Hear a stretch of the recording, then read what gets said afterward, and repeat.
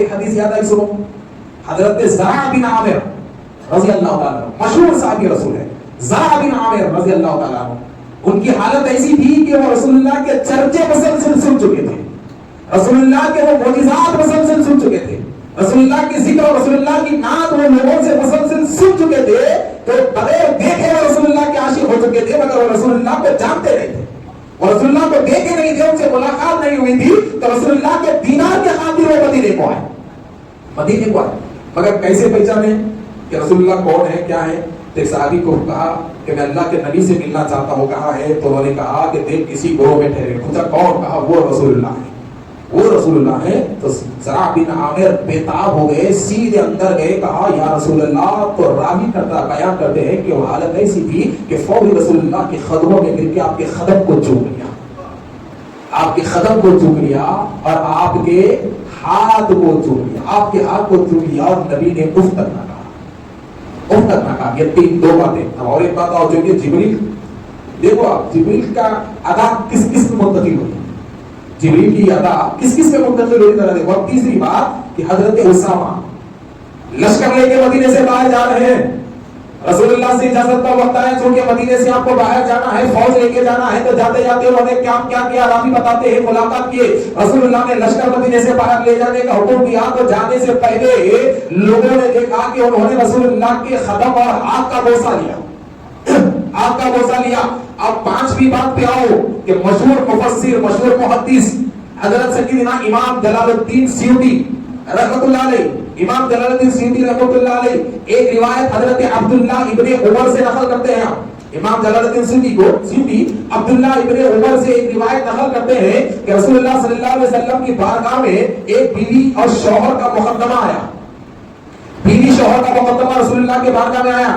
کیا مقدمہ تھا؟ بیوی شوہر کی 1 منٹ کے واسطے نہیں جلتی تھی, ظاہر ہے نہیں جلتی تھی.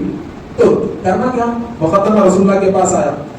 رسول اللہ نے پوچھا بیوی سے کہ کیا معاملہ ہے؟ تو کہا یا رسول اللہ ہم دونوں میں ہمیشہ لڑائی جھگڑے رہے تھے, محبت نام کی چیز ہم میں نہیں ہے. تو رسول اللہ نے کہا اچھا یہ بات ہے, تم لوگوں کے دلوں میں محبت نہیں ہے, اچھا یہ بات ہے. تو میرے نبی نے کہا کہ مڑ جاؤ, ایک دوسرے کو دیکھو.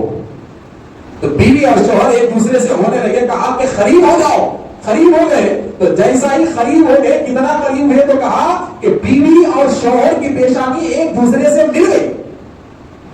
بیوی اور شوہر کی پیشانی ایک دوسرے سے مل گئی.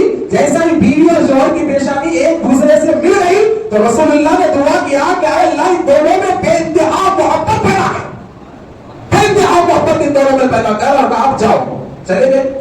بہت دن کے بعد وہ عورت پھر دربار میں آئی, بہت دن کے بعد وہ عورت دربار میں آئی. عبداللہ ابن عمر جلال الدین سیوطی لکھتے ہیں بہت دنوں کے بعد آئی. تو آنے کے بعد ہوا کیا, رسول اللہ نے پوچھا اچھا تو ہے, یہ بتا تیرا شوہر تیرے ساتھ کیسا ہے؟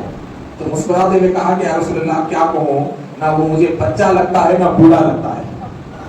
یعنی کہ اتنا پیار سے رہتا ہے کہ نہ وہ مجھے بچہ لگتا ہے نہ وہ مجھے بوڑھا لگتا ہے, بلکہ میرے علاوہ وہ کسی بچے سے محبت نہیں کرتا, میرے علاوہ وہ کسی بچے سے محبت نہیں کرتا, ایسی محبت سے وہ میرے ساتھ رہتا ہے. تو اللہ کے رسول نے کہا انی رسول اللہ, میں اللہ کا رسول ہوں. تو حضرت عمر نے کہا اشہد ان لا الہ الا اللہ ونشہد ان محمد عبدہ ورسولہ. یا رسول اللہ میں گواہی دیتا ہوں, میں بھی گواہی دیتا ہوں اللہ کے رسول ہیں. تو واقعہ یہاں ختم نہیں ہوا. امام جلال الدین سیوطی لکھتے ہیں کہ اصل واقعہ بتانے کا مقصد یہ تھا کہ وہ عورت اتنی خوش ہوئی کہ جاتے جاتے رسول اللہ کے قدم کا بوسہ لے کے چلی گئی, آپ کے خدمے مبارک کا بوسہ لیتے ہوئے چلی گئی. تو یہ جو ہاتھ کے بوسے ہیں, والدین کے قدموں کے جو بوسے ہیں, تو حضرات محترم یاد رکھو یہ شرک نہیں بھائی, شرک نہیں.